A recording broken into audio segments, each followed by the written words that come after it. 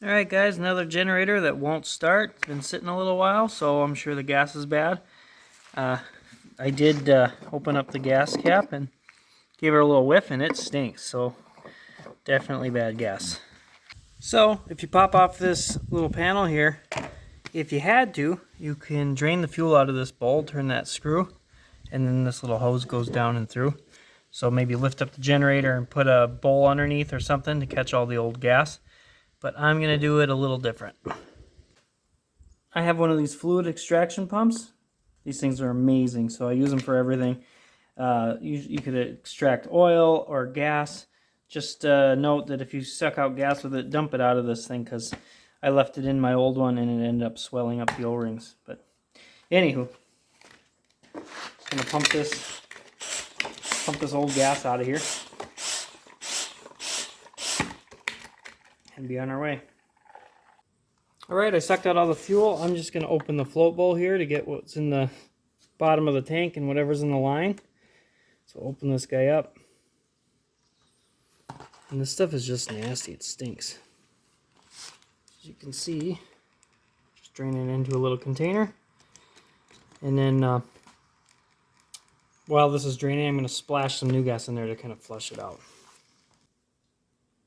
Okay, I splashed a little bit of gas in there, left this open, let it flush out, closed it, put a little bit more gas in it. Could I be lucky enough that that's all it was bad gas? Who knows? Never happens to me, but we'll try it out. Set the cap on, got it on choke.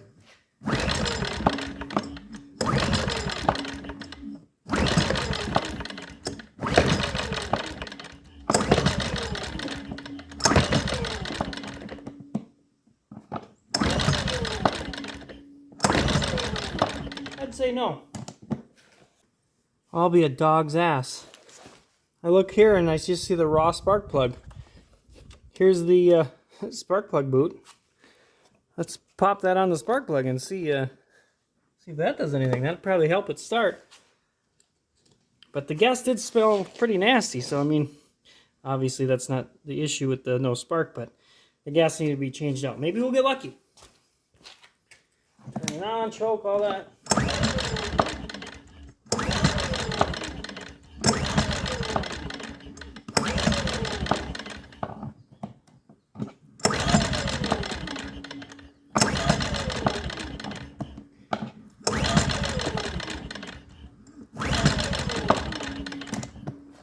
Nope. Well, I shoved an old spark plug in there. We're going to see if it's capable of spark. Yank. Oh yeah, we got spark. So it's the carb. I'm going to take the carb off and we'll go from there. Got the carb off. It was a little tight in there. The first thing I did was this fuel line back here doesn't have a shutoff that I could find. So I just put the long nose vice grips on there to pinch that off. And then take the two nuts out, pull it off, move all your crap out of the way. This is like an auto throttle, I think. So whatever, and all your cables. But this isn't really an exact how-to video, more of a investigation. We got the carb here. We're going to take this bottom float bowl nut out and see what we're dealing with.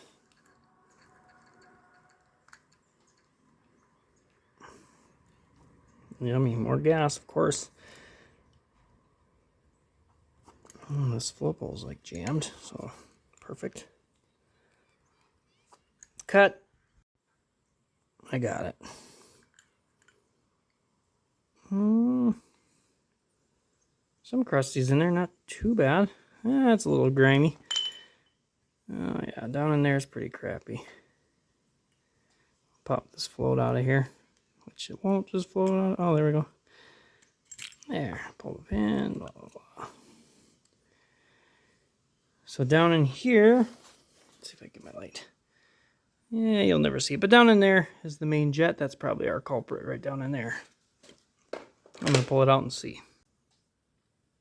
There's also a little jet here I pulled out, and you can't even see through it. I know you can't see through it because my camera work sucks, but hold it up to the light, you don't have anything. So, oh yeah, look at that. There's a big chunk of goo that won't focus, but it's right there. So I ream it out with my little wire. There's definitely junk in there. So I'm going to take my trusty carb cleaner here and spray it right in my eyes. There we go.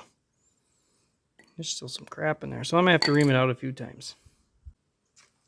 Now that I have it clean, so you can see light through it. Okay, I couldn't get that main jet out of there. It's just going to strip, I could tell, so I didn't torque on it too hard. But I can see through it, and I did ream it out, and I'm going to just give her the heat with this carb cleaner. And I'm just going to spray every orifice I can find. Put her back together and see what happens. Through the magic of editing, everything's back together. It was kind of a struggle, so I'm glad I didn't film that disaster. But anyway, here we are. Let's give it a try now. Got the cold start choke on.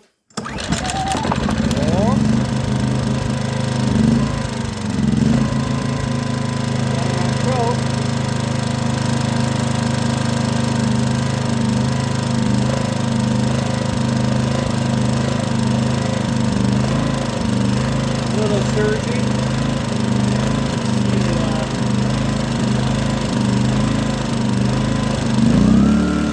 There we go. Turn the auto idle off. Let her burn some gas.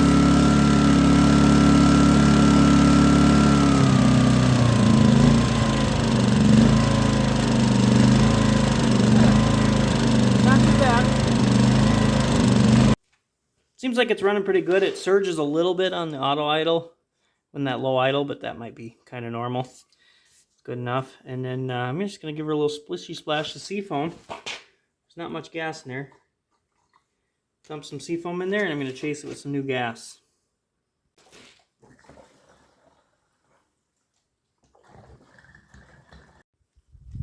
Give it another try.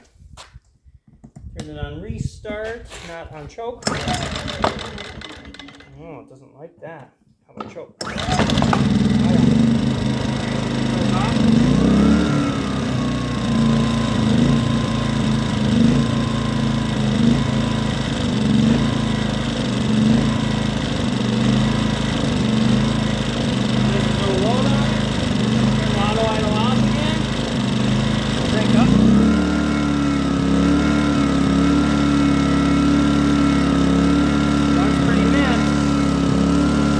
I think it runs pretty good. It'll probably work itself out with the seafoam. I couldn't get that main jet out, so it's possible there's still some crap in there. So that's what the seafoam's for. We'll run this tank through it and then see how it runs. But it runs a lot better than it did, especially with no spark plug.